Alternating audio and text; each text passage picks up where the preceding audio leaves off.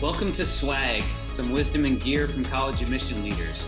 Today we are joined by Stefanie Niles, Vice President for Enrollment and Communications at Ohio Wesleyan University. Welcome, Stefanie. Thanks. It's good to be here. Well, I want to start by giving you an opportunity for your elevator pitch and an overview of why students should consider Ohio Wesleyan.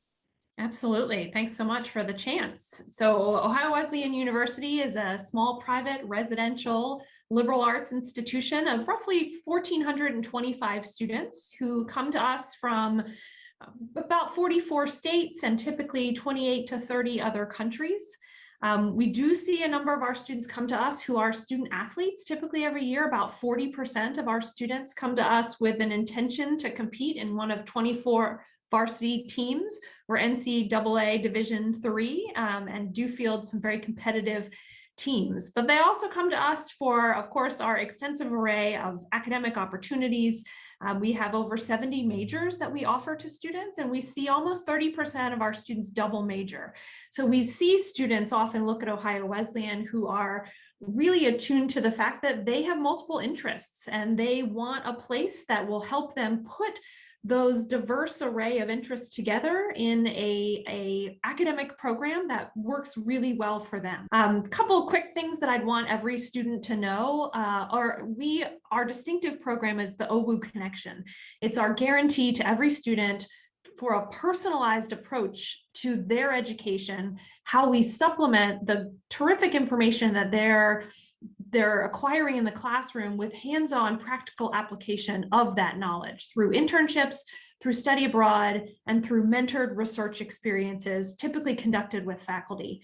We also offer usually between $600,000 and $700,000 a year to students to ensure they have the funds available to do these things that I just mentioned, to support their internship endeavor, to study abroad, and or to conduct research either here on campus or elsewhere in the country or even around the world. And we see the vast majority of our students participate in at least one OWU Connection opportunity, and many do multiple throughout their time. I'll also mention that, as I said in my intro, we're a residential liberal arts institution, and so we do house the majority of our students on campus, about 90% of our students, and just this fall, we are opening Smith Hall. It's actually a reopening of Smith. We've had Smith for years, but we've redesigned it to be an entirely first-year community. All of our first-year students will live in Smith. It's a great facility with, brand new everything, brand new furniture, brand new carpets, brand new walls, but brand new game room, brand new lounges, brand new, there's a 24-hour dining hall in Smith. So it's really a terrific way for students to start to find their people in their class and to acclimate to the college experience.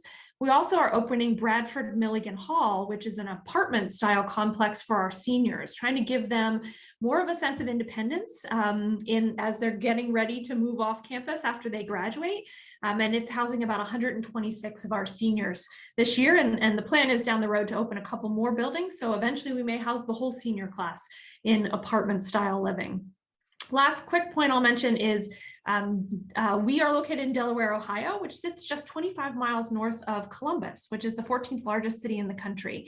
Delaware is a town of about 40,000. It's an active, thriving small community with lots happening here. There's 30 restaurants within walking distance of campus. Our campus sits right in the middle of this residential community and commercial community. So you can see the downtown area from where my office is located. And then Columbus being so close and accessible to our students, that's another option for students for those internship opportunities, for enhanced experiences. Also, though, shopping, professional sports, theater, nightlife, there's lots of opportunity there as well. Wow, a little bit of everything for anyone. Exactly. I like the idea of that 24-hour dining hall. So do our students. They like that as well, for sure. What you talked to someone about the kind of most popular programs. What's one unique program at Ohio Wesleyan? So I would say that it's our zoology program. And I say that only because having worked at multiple small institutions, not many have a zoology program. So the program itself perhaps is not unique, but the fact that we have it in the type of environment in which we offer is different, I think, than many institutions. We don't see a lot of peers. If a student wants a really intensive zoology program at a small liberal arts college. So that's one program I would say our students do, with the Columbus Zoo being just 10, 15 minutes down the road. There's terrific research and internship opportunities, and they also get placed around the world in zoos, in research, in wildlife rehabilitation centers. So that's a program that's really distinctive and attractive for our students. That's amazing. How about one fun tradition at OU? Yeah, so twice a year we do Day on the J. The jaywalk runs through essentially the whole, from one end of campus to the other, from the academic end of campus through kind of the student-oriented, student life part of campus to the residential side of campus. So it's the hub of activity. Twice a year we do a big party on the J with, inflatables and food and games and music, and everyone comes out and has a good time. Of course, last year our Day on the J tradition was interrupted, but we were able to bring it back in the spring, and so our students were able to enjoy that again. It usually happens when the weather is good, so mid to late September, and then usually in late April before we head into exams. So it's a nice, fun way to bring the whole community together, something to look forward to, and a place to see everybody while you're enjoying some good food and good times. That sounds cool. Maybe you've already answered this question, but how about your favorite spot on campus? I would say, interestingly, my favorite spot is my office. Not the office I am in right now. Our office is actually moved. We're completely renovating Slocum Hall, which is where admission and financial aid is typically located. So that's an exciting aspect of what's happening on campus right now. But my office in Slocum looks out on the jaywalk. And so I get to see the hub of all activity. It's a beautiful spot on campus. It looks out into a little courtyard that kind of sits at the top of the jaywalk.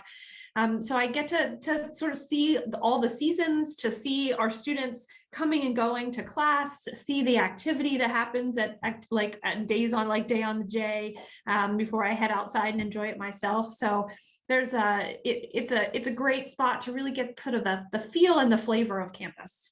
Some prime real estate you got there. Yes, I'm very fortunate.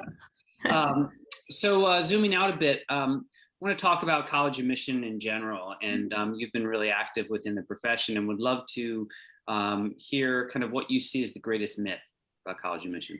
Yeah, I was thinking about this a little bit in anticipation potentially of this question, and I think there's quite a few myths in college admission, but I would say one of them is that it's really hard to get in to college. And of course, what we see in the press, the popular press, is a lot of attention paid to the most selective institutions.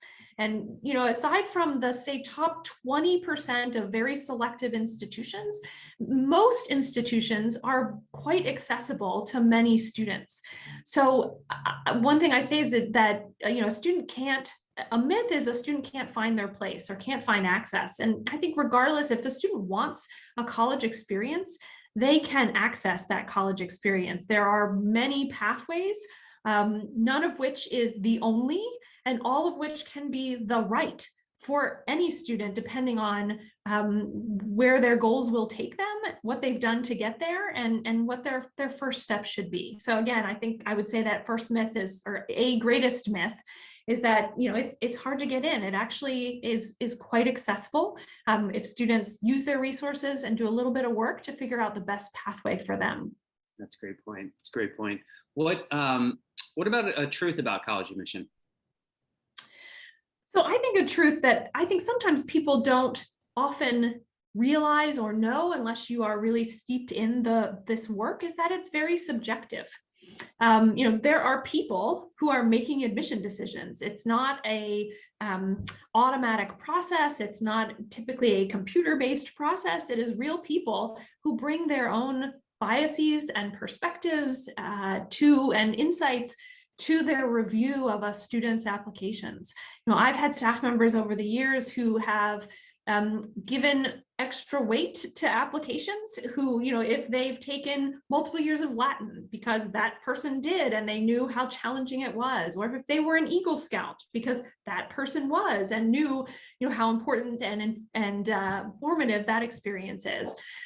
There's always checks and balances in admissions, so there's typically other people to check some of those perspectives, but the fact of the matter is it's a subjective experience. And I think one that students can't enter into at any point being able to fully anticipate the outcome because of that layer of subjectivity.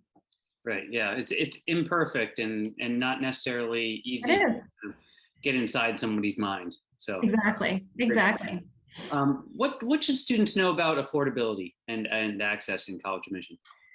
I would say just one basic factor is to look beyond the sticker price. I've seen studies about the percentage of students who will take a college off their list or not even consider it simply based on the sticker price alone. And the fact of the matter is that the majority of students don't pay the sticker price at most institutions. Obviously lots of qualifiers in there, but because every person's situation is different, but it is truly the case that sticker price is often not the final word. And by considering what scholarships a student may be eligible for or could apply for, considering need-based aid for which a student can qualify, oftentimes that sticker price is only a starting point, and the actual financial aid package that a student is offered is quite a bit different than that sticker price. Just to give an example from my institution, we cost just this last year was just under $60,000, but the average student paid about $18,000.